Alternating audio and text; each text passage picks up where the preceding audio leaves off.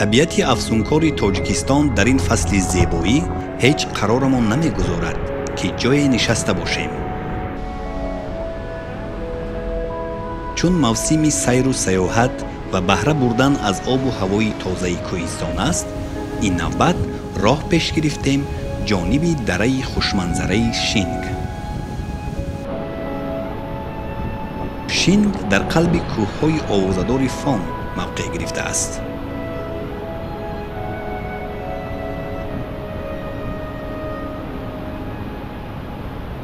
وارد شدن برابر به دره راهها کمی تغییر یافتند، ولی دلخواه نقلیات میتواند آزادانه حرکت نماید. تا رسیدن به کولی یکم، جریان دریای پرتغیان دره الکی ما را مفتون ساخت. سری هر قدم شرشره های را دیدیم که دقت جلب کننده.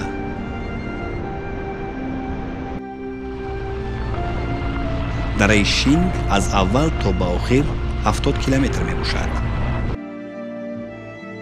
طبیعتش شگفت‌انگیز، آب و هوایش مساعد برای در عین حال سیاحت نمودن و شرایط ها برای سیاحان مهیا.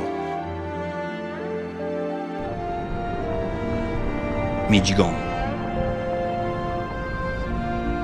چنین نام دارد کوری یکمی دره شینگ در پنجکند.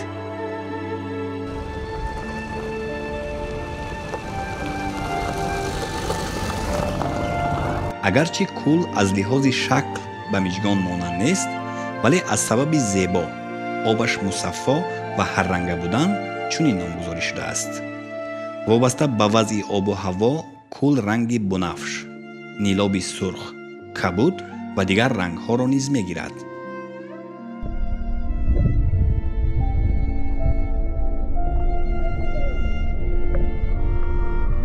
با کولی میجگان آب از زیر کوه برآمده جاری می شود.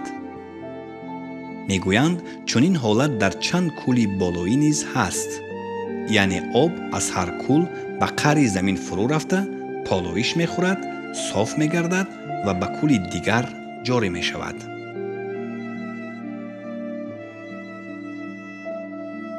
عجب معجزه ها دارد طبیعت افسونکار.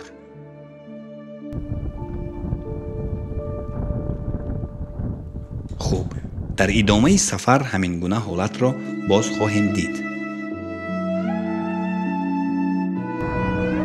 کولی میجگان در بلندی 1596 متر از سطح بحر جایگیر می باشد. چقوری کولی میجگان به 20 متر می رسد و در مساحتی 0.5 کیلومتر مربع دامن گسترده است.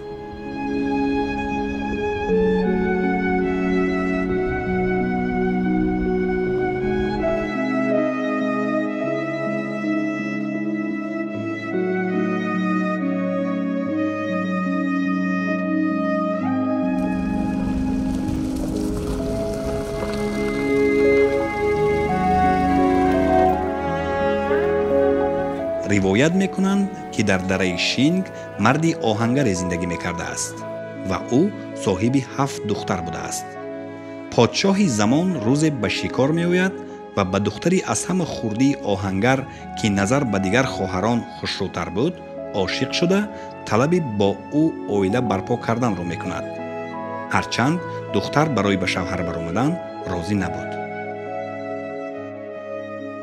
دختر خردی راضی نمیشد، شرط میبند. میگد اگر میگد امیر در همین بالای قله همین کوه یک قصر طلاگی سازد، او راضی میشد. خیلی گمان کرد اینقدر طلا امیر از کجا میاد قصر طلاگی سازد، ولی میگیرند میسازد.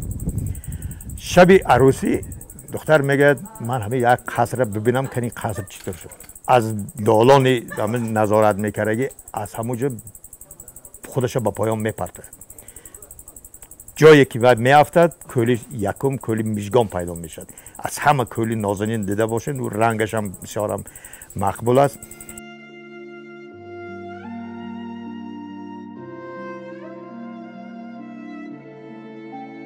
دیگر دختران آهنگر خواهر خردیشان را خیلی زیاد دوست می داشتند و از غمی زیاد پیوسته اشک می ریختند.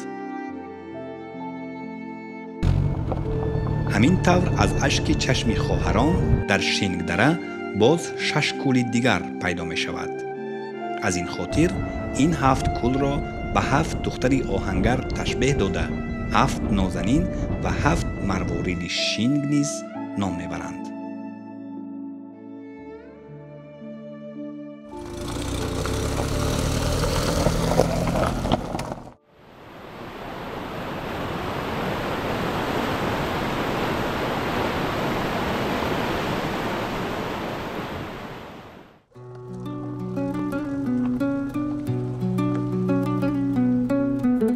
роҳамонро идома додем.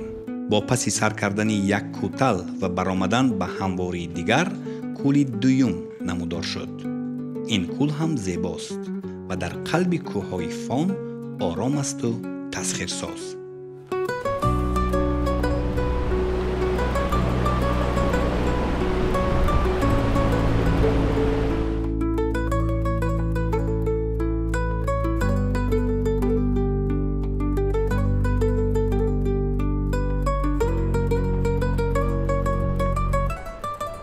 соя номгузорӣ шудааст кӯл. номаш ба вижагии мавзеъ тавъам аст. мегӯянд дар атрофи кӯл нури офтоб хеле кам мерасад. дар андаки рӯз кӯлро соя фаро мегираду обаш тиратоб мегардад. тавре иттилоъ додем, дар атрофи дигар кӯлҳои дара деҳаҳо таъсис ёфтаанд, вале аз камзаминӣ ва ё кам расидани шулӯи офтоб ба мавзеъ мардум гирди кӯли сояро ҳамчун макон барои иқомат интихоб накардаанд. кӯли мазкур дар баландии 1700 метр аз сатҳи баҳр ҷойгир шудааст. 100 метр паҳноӣ дорад.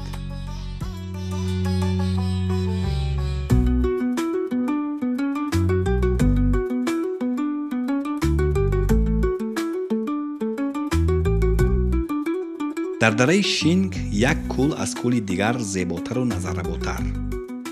сокинони маҳаллӣ мушоҳида кардаанд, ки ҳар касе аз тамошои 7 кӯл баҳра бигирад, тамоми умр хушбахт хоҳад буд.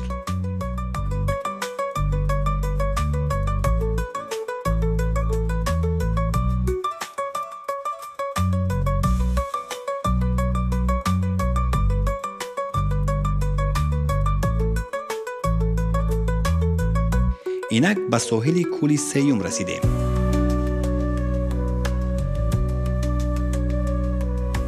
дар атрофи ин кӯл ҳушёр будан лозим. бо назардошти вазъ ва гуногунии табиат, инчунин ҳолатҳои фавқулоддаи мавзеъ ин кӯлро ҳушёр ном гузоштаанд.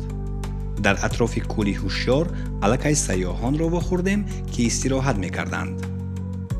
маълумот ҳам доштем, ки сайёҳон бештар соҳили кӯлҳои болоиро барои таваққуф интихоб мекунанд. новобаста аз номаш ин мавзеъ зебо асту дар атроф гулу дарахтони гуногун мерӯянд. ин ҷо чанд намуди буттаи зирк нашвунамо меёбад. ранги кӯли ҳушёр бо кабудиаш аз кӯлҳои дигар каме фарқ дорад ва рӯшантар аст.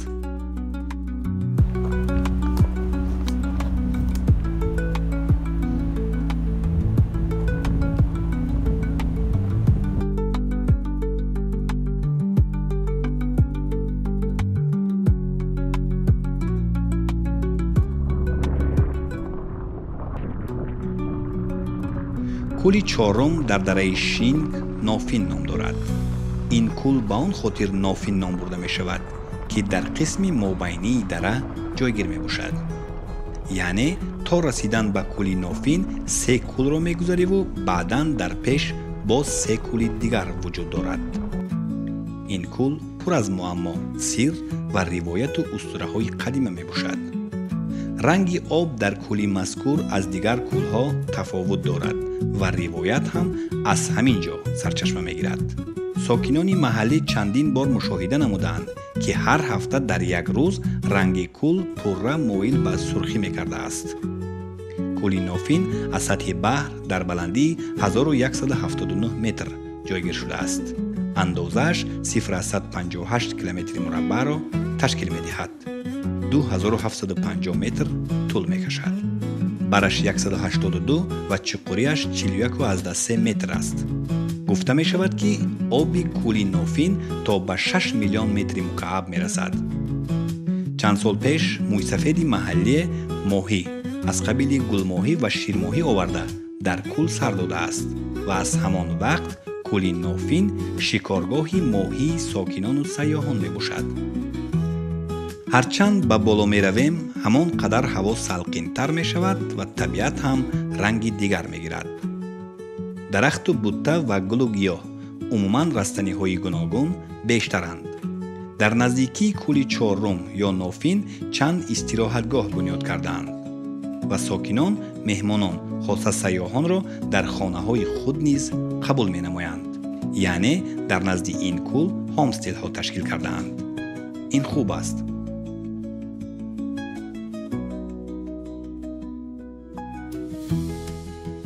аз кӯли чорум то ба кӯли панҷум роҳ тавассути деҳаи сабзу хуррам ки аз дохилаш дарёчаи пурҷӯшу хуруш ҷорӣ мешавад мегузарад.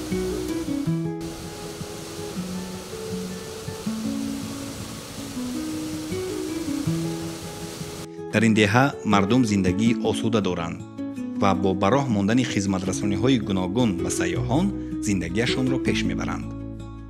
кӯли панҷум дар дараи Шинг дар қиёс ба дигар кӯлҳо хеле хурд аст. аз ин сабаб ин кӯл хурдак ном дорад. кӯли мазкур аз сатҳи баҳр дар баландии 1183 метр ҷой гирифта 240 метр дарозӣ ва 0,6 километри мураббаъ масоҳат дорад. табиати ин ҷо беҳад тасхирсоз аст. нотакрории ин мавзеъро аз дохили санг нешзада рӯидани гул исбот менамояд.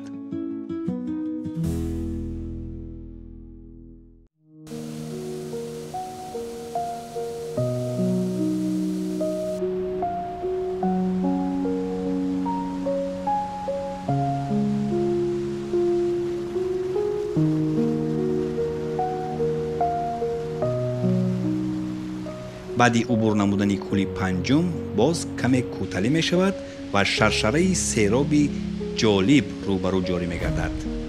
тавре дар оғози барнома гуфтем, оби чанд кӯл дар дараи Шин так мезанад ва баъди полоиш хӯрдан аз зери кӯҳ фаввора зада мебарояд ва тавассути дакка хӯрдан ба сангу дарахту растаниҳои гуногун манзараи шигифтангезро ба вуҷуд меорад. лаҳзае канори чунин шаршараҳо нишастану тамошо кардан ва ба шилдирости об гӯш додан як ҷаҳон таассурот мебахшад. рӯҳия болида мешавад ва дар ин замина саломатии кас барқарор мегардад.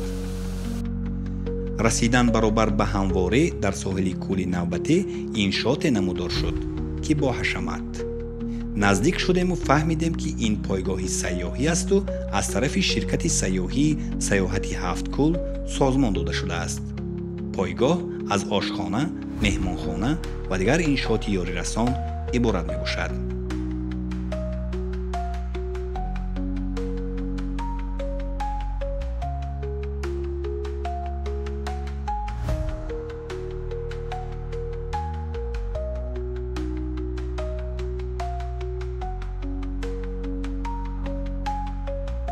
ширкати сайёҳии мо аз соли 2012 фаъолият мекунад ва соли 2018 мақомоти иҷроии ҳокимияти давлати шаҳри Панҷакент барои мо қариб 4 гектар замин барои сохтани пойгоҳи сайёҳӣ ҷудо намуд ва мо то ҳол сохтмони мо ҳам давом дорад ва мо дар ин мавзеъ як пойгоҳи сайёҳӣ бунёд кардем ки ҳаррӯзона метавонем то 30-40 нафар сайёҳро бо ҷои хоб қабул намоем ва агар бо хаймаҳо бошад метавонем 200-300 нафарам сайёҳро қабул намоем. меҳмонхонаи пойгоҳ аз 12 ҳуҷраи қабул иборат мебошад ва ҳар кадом аз ҳуҷраҳо дорои шароити хуби қабули сайёҳон аст. масъулон нақша доранд дар зимистон ҳам сайёҳонро қабул намоянд.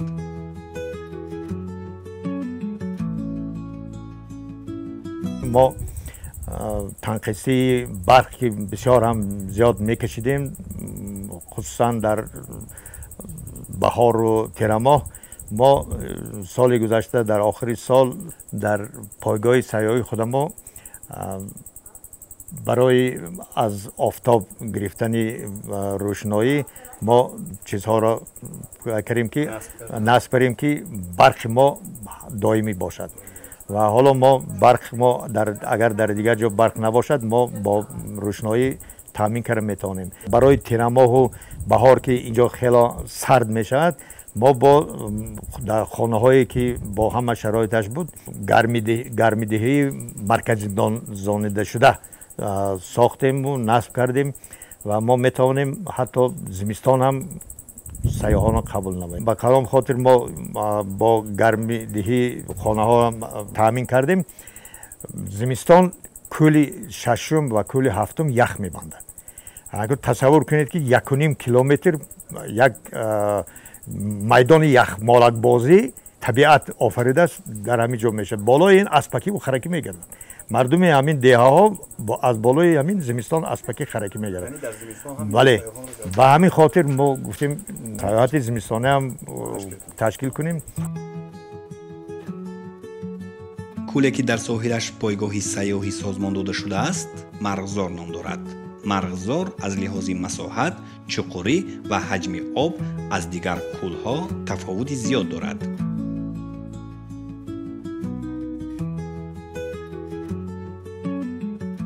از همه کل کلانترین از نامش هم معلوم کلهای مرغزار که میگن کل مرغزار این ششم کل. سلسله کلهای مرغزار برای نام ششم کل ماندگی.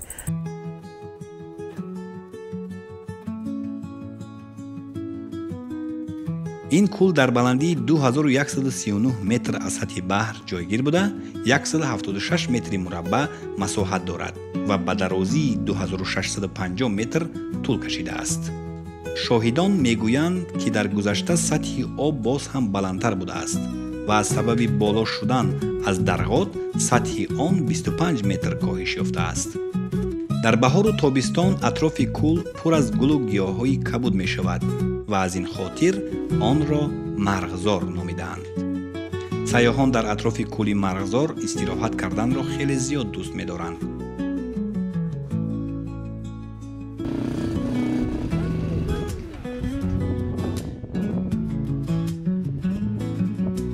مردم در بالاتری کول زندگی می کنند و اینجا دو دهه آباد، دهه های آب حیات و چکیرا جایگیر می باشد. از این کول پولکچه ماهی شکار کردن ممکن است. با چند نفر از سیاحان خارجی هم صحبت شدیم که تأثیرات خوب دارند.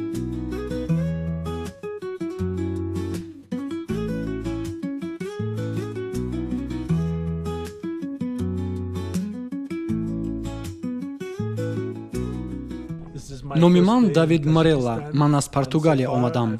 Ин маротибаи аввал аст ки ман дар Тоҷикистон қарор дорам. Боду ҳаво, об, мевагию табиат хело зебост ва хело инҷоро дӯст доштам. Хусусан дар Панҷакин одамон хеле меҳмоннавозанд. Ба ҳамагон тавсия мекунам ки ба ин ҷо биёянд. салом, ман бори аввал ба Тоҷикистон омадам. Табиати инҷо беҳад тасхирсоз, обу ҳавои соф, ҳар як лаҳза эҳсос мешавад. Ve lo consiglio vivamente, proprio bello.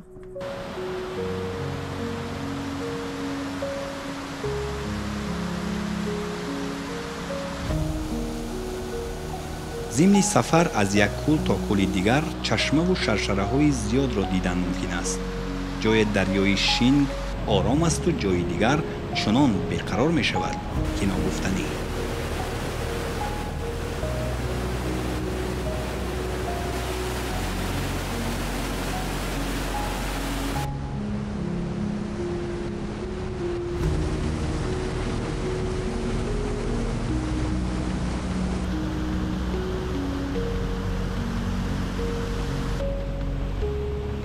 روایت دیگری خلق دایر به پیدایش سلسله کولهای مرغزار این است که گویا در گذشته دریای شینگ خیلی شوخ و بیقرار بوده است.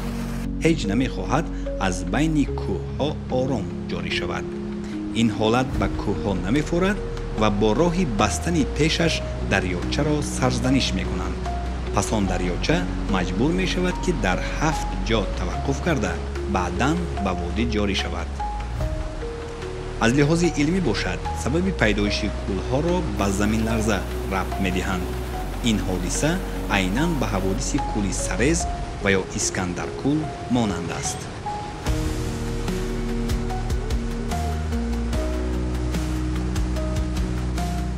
як замоне шояд 1000 миллион солҳо пеш заминҷунбӣ шуда буд.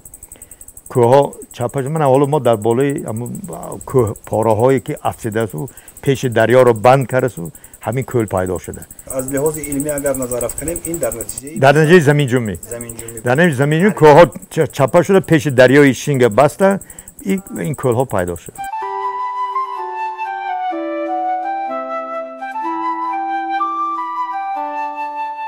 кӯли шашум ҳам тавре пештар шаршараро намоиш додем обрав надорад ва оби он бо таги замин рафта ба кӯли панҷум мерезад. болои кӯҳпорае ки аз зераш об ҷорӣ мешавад мардум хона бунёд кардаанд.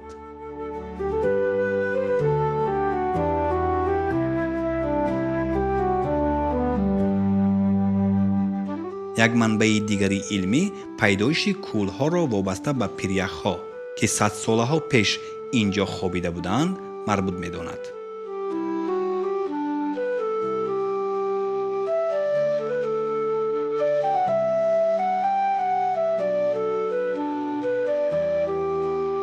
кӯлҳое ки дар ин мавзеъ ҷойгир мебошад дар натиҷаи ҷойивазкунии пиряхҳо ба вуҷуд омадааст. растаниҳо кам мерӯянд дар соҳили кӯлҳо ва инро вобаста ба ҳолати табиии кӯҳҳо маънӣ дод мекунанд.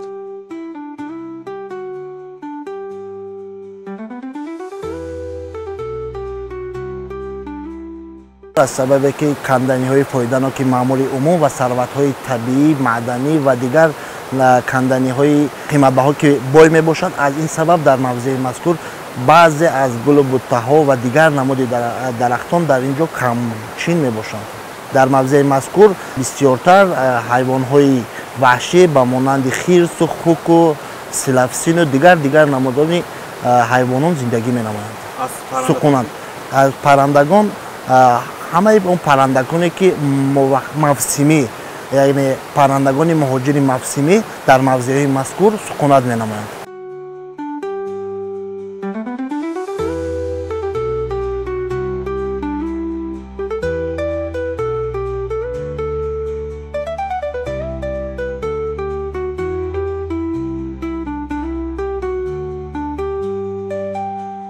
шаб шуд ва мо дар соҳили кӯли шашум ё кӯли марғзор таваққуф кардем. субҳи дигар ба кӯли ҳафтум меравем.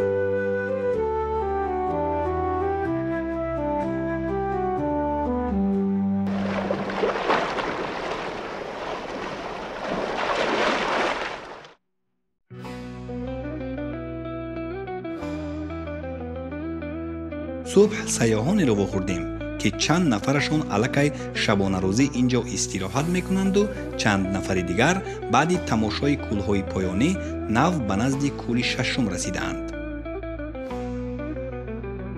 Друзья мне порекомендовали посетить вот это чудесное место, 7 озер. ин сафар ба ҳафткӯлро ба ман дӯстонам тавсия доданд. табиати зебо, обу ҳавои соф ҳамеша таъссуроти хуб мебахшад. ба мо ин ҷо хеле маъқул шуд. сафари мо ҳоло тамом нашудааст. дар наша боз сафар ба қуллаҳои баландтар дорем ва ният дорем дар оянда боз ба ин ҷо биёем. Планы объехать озера в Фанских горах. умуман дар нақшаи саёҳати мо тамошои кӯлҳо ва кӯҳҳои фон мебошад. имрӯз бошад ба Искандаркул меравем. мехоҳам Помирро низ бубинам. аз таъссуроти бардоштаам гуфта метавонам ки одамони ин ҷо хеле меҳмоннавозанд ва дар ҳар як қадам ба мо шириниву харбуза пешниҳод мекарданд. ман аз ин ҷо рафтан намехоҳам, зеро ба ман ин ҷо бениҳоят маъқул шуд. кӯҳҳои ин ҷо хеле баланд ва зебоянд. дирӯз дар кӯли калон будам. аз ҳама кӯлҳои то ба имрӯз дидам, гумон мекунам кӯли калон зеботар аст.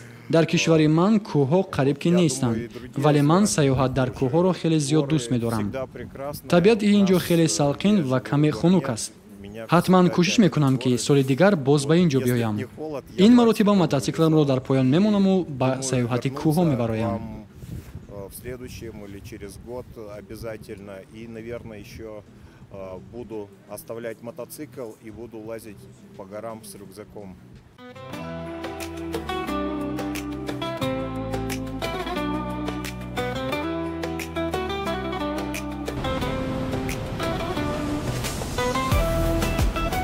дар субҳи дам тамошои шаршарае ки обаш аз болои кӯҳ ҷониби поён сарозер мегардад кайфияти дигар дорад. ана ин аст мӯъҷизаи табиат. тавре гуфтем, ҳарчанд кӯлҳо болотаранд, ҳамон қадар атрофашон зебову диққатҷалбкунандатар мешавад. аз кӯли ҳафтум ба кӯли шашум об ба таври муқаррарӣ тавассути дара ҷорӣ мешудааст.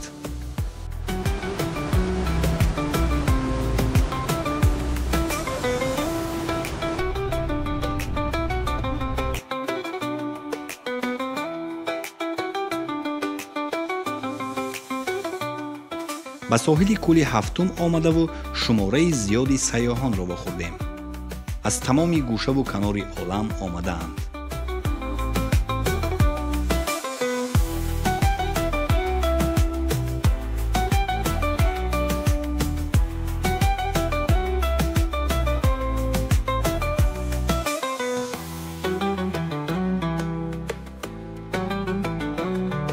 то андозае хушҳолу сарфарозанд ки аз ҳаяҷон мегӯянд таассуроташонро бо сухан баён кардан наметавонанд.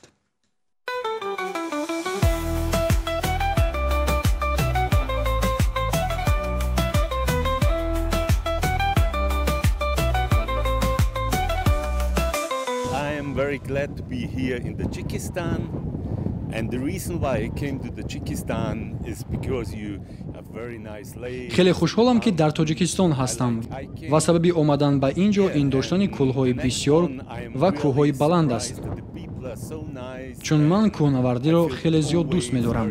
سبب دیگر این آدمانی خوب و مهماندوست این منطقه است. همه وقت تیارند که کمک کنند. امیدوارم که مراتب دیگر با دوستانم بیایم چون که اینجا خیلی کشوری بی خطر است. هر سری قدم ما را نگاه می‌دارند و می‌خواهند با ما صحبت کنند. من خیلی شادم که در اینجا حضور دارم.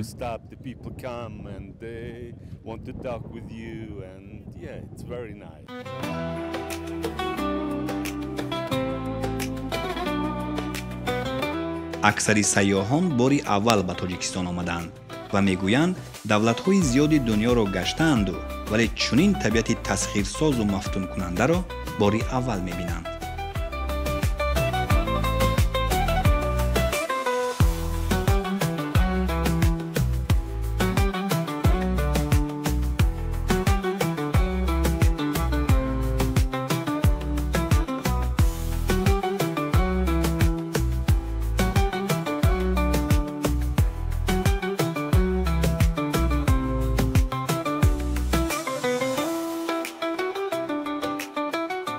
бори аввал аст ки ба тоҷикистон омадам. инҷо хеле зебост.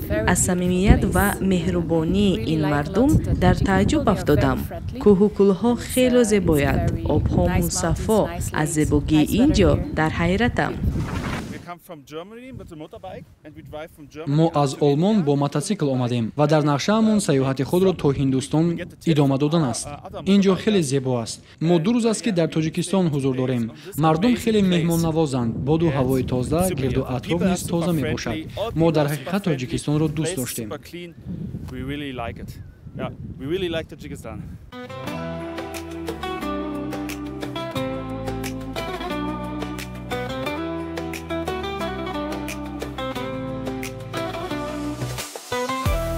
мо ҳам барои бештар сайр кардан дар атрофи кӯл ва бардошти ғизои маънавӣ тавассути пайраҳаи соҳили кӯл роҳ пеш гирифтем ҷониби сарчашма.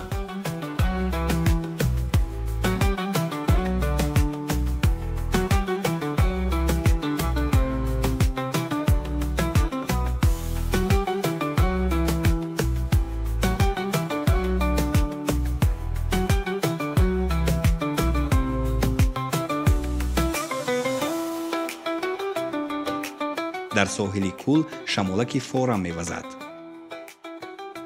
алвонҷи барги дарахтону буттаҳо бо лаппиши оби кӯл тавъам шуда гӯё аз зебоӣ сухан мегӯянд. ин кӯл ҳазорчашма номгузорӣ шудааст. об ба кӯли ҳазорчашма аз ду тараф аз дараҳои сурх ва марғзор ҷорӣ мешавад.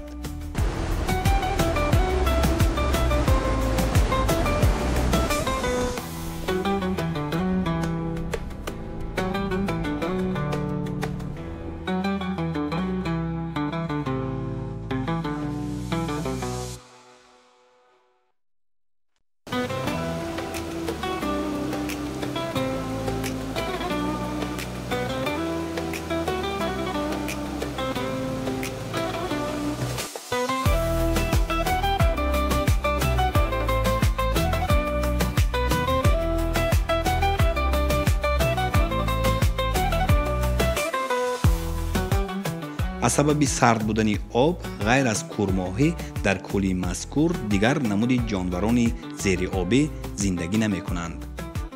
ин кӯл дар дараи нисбатан паҳнотар ҷойгир аст. кӯли ҳазорчашма нисбат ба дигар кӯлҳо ором аст ва рангаш сиёҳчатоб мебошад. бояд тазаккур дод ки ҳафт кӯл ё дараи шинг қалби кӯҳҳои фонро ташкил мекунад. кӯҳҳои фон бошанд қисми баландтарини қаторкӯҳҳои зарафшонанд. дар кӯҳҳои фон беш аз 30 кӯли дорои оби шаффофу сард мавҷуд аст ки ҳар кадом аз қуллаҳои барфпӯши кӯҳ сарчашма мегирад.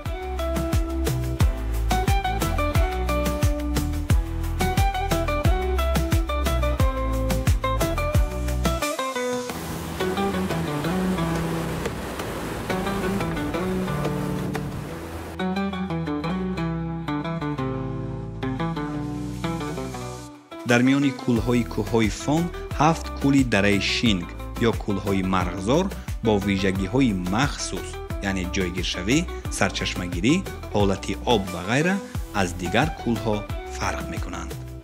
аз софии об қариб қаъри ҳамаи кӯлҳои дара намудор аст. ана аз ҳамин ҷо кӯлҳои марғзор дар дараи шинг оғоз мешаванд.